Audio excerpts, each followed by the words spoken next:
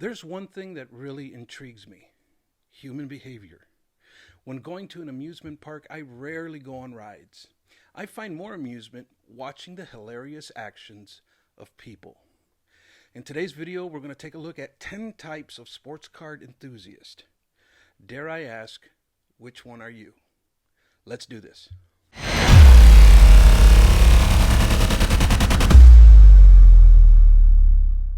Well, hello everyone, Victor, the Rookie Card Specialist here on YouTube, and welcome. Today I just wanted to have a little fun with this one. Not all that long ago, I was talking to a baby boomer, and depending on who you ask, that is someone born between 1946 and 1965. If you get a chance, talk to a baby boomer about baseball card collecting. I'm sure you're going to hear plenty of stories of how they purchased packs for pennies, how they traded them, threw them up against the wall, and put them on their bike spokes so that they can make that cool clicking noise. They enjoyed storing the cards in shoe boxes or cigar boxes, which was my preference, only to have that enjoyment thrown out in the trash by Mom. Now you could almost see the regret in their minds as they reminisce, if only I still had those cards. An entire generation that enjoyed the rebirth of sports card collecting after the war. Well, a lot has changed in 75 years. The hobby has evolved from penny packs with a piece of bubble gum to on-card auto superfractors. From the way we make them to the way we purchase them has changed as well. From the way we store them and protect them from how we handle them. The hobby has definitely changed, and by the hobby news headlines of today, more changes are right around the corner. Collectors have changed too.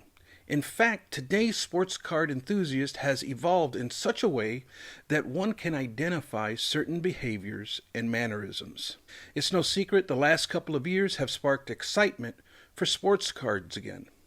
Many have dug up their childhood collections.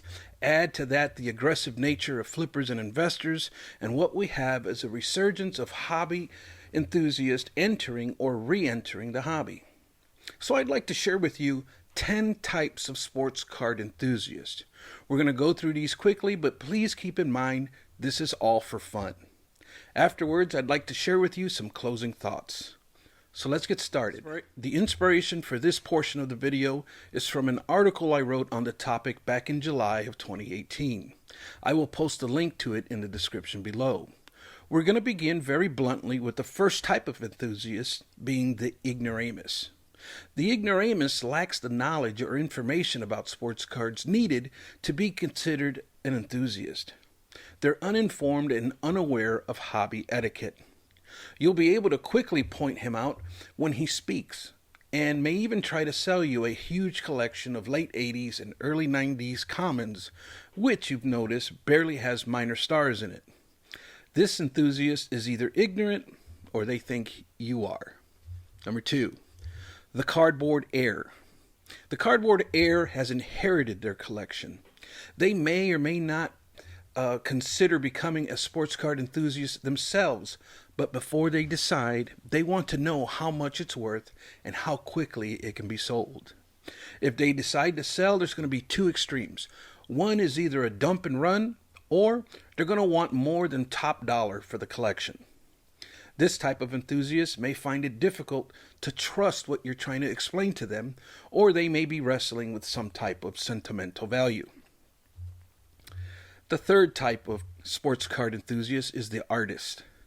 The artist views sports cards and memorabilia as museum pieces. They are the administrator of their own art collection. They enjoy and have a trained eye in card design. They'll take extra steps in protecting and storing their collections. They also take pride in displaying their collections with custom frames hung with the utmost care. Number 4, the part-timer. The part-timer starts collecting sometimes, then stops. After a short layoff, they'll come back and collect something completely different. They have a short attention span and quickly lose interest. Eventually, they'll accumulate a little bit of a lot of different types of cards, but overall their collection has no rhyme or reason. The fifth type of sports card collector is the average Joe. Joes really enjoy their collection. They understand the importance of taking care of their cards, but eventually they end up in closets, basements, attics, or garages inside of some type of plastic bin. This enthusiast has many stories of nostalgia, and because of that, they may be emotionally invested in their collection, and they struggle with the thought of selling them. Oftentimes, unfortunately, their collections do not have the value they think it does. Number 6, the investor. Investors deal in purchasing, selling of high-end, high-grade, high-rarity items. They do not get emotionally vested in their collections because they know when the price is right, they will sell, oftentimes for great profit. These deep-pocket collectors are trendsetters in the hobby because their buying and selling influences market values. Number 7, the fanatic. Cardboard fanatics can be sometimes viewed as obsessive. They hunt until they get every card for whatever niche they've gotten their sights on and have detailed spreadsheets to keep track of progress. Fanatics are over the top when it comes to protecting and storing their collections and love to talk cards for hours at a time if you're willing to listen. Player and or team collecting may be their forte. Number 8, the flipper. This card enthusiast wants to buy low so they can sell high. It's all about fast money, so they try to stay a step ahead of the hype so they can speculate who's going to be the next big thing or that next product that everybody's going to want. This collector offends card dealers and shop owners because they will typically give extreme lowball offers so they can flip for profit. Their specialty is in prospecting and current rookie classes. Their goal is to flip their way into more higher-end items. Number 9, the eBayer. The eBayer loves the thrill of the auction. If selling, they follow their auctions closely and love to see the price increase. If buying, they'll send sellers lowball offers, but what they enjoy most is seeing a good thing go for low dollar amounts. This is when they get their biggest thrill as they stalk auctions and in the last few seconds they pounce with a bid. Sometimes they lose, and at times they win, and this brings around-the-clock thrills as eBay is an endless resource for this type of hobby enthusiast. And the 10th and final hobby sports card enthusiast is the wise guy. The wise guy can see themselves in most, if not all, of the above characteristics at some point, but now they are the seasoned veteran collector. The ones who have taken their lumps on the head and have learned a thing or two about sports card collecting. They are patient and don't buy into the hype. They understand that collecting is a marathon and not a 40-yard dash. They have a balanced, realistic view between collecting and life responsibilities and are financially stable but still only make wise purchases. So what type of card enthusiast are you? You may find that you're a combination of at least a couple, and that's okay. The goal of this is to stimulate thought and have a little fun. Hopefully that's what we achieved. But here's the thing with all this. After episode 71, I was reading all the great comments that many of you shared, and I realized a couple of things. As sports card enthusiasts, we all have a need, and that's the need to be respected. Social media gives us a platform to share our thoughts, opinions, and our personal collections, and we just want to be noticed and respected.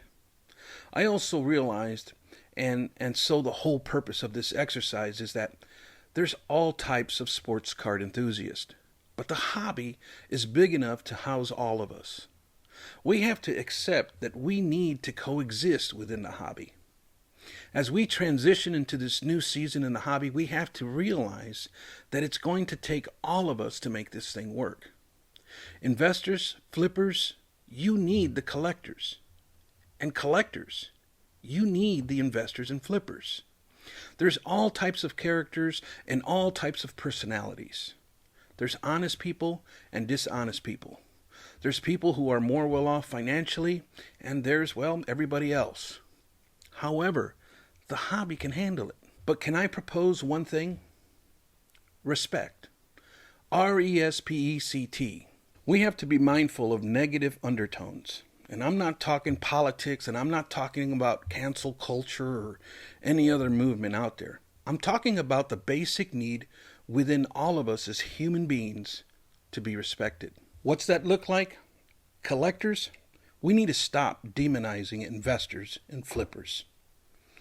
Investors and flippers, we need to stop demonizing collectors. I guess I'm just wanting to be the bridge between the two, I suppose. Let's respect whatever niche we may be into. YouTube channels bickering with one another, that has to stop.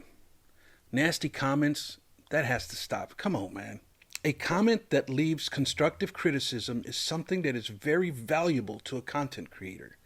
But perhaps we can use a sandwich method, which is the method that I choose to use. That's when we leave a compliment, a critique, and a compliment. But to spew a mean-spirited comment, that's not cool, man. I consume lots of hobby content. I listen to many people, many perspectives from many types of channels. I'm always looking for a takeaway, something that I can learn. Character flaws, look, man, we all have them. Now, I may not agree with everything, but I extend enough grace and understand that that's how you do it. That's where you're at. You know, back in the day in '94, I was a dealer coming into the game.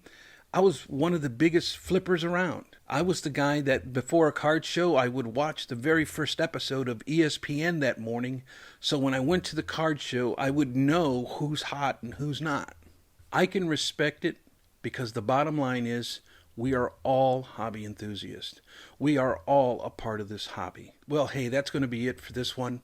Please consider subscribing, sharing, or at the very least, hitting that like button. Thanks for tuning in, and I'm going to catch you on the next one.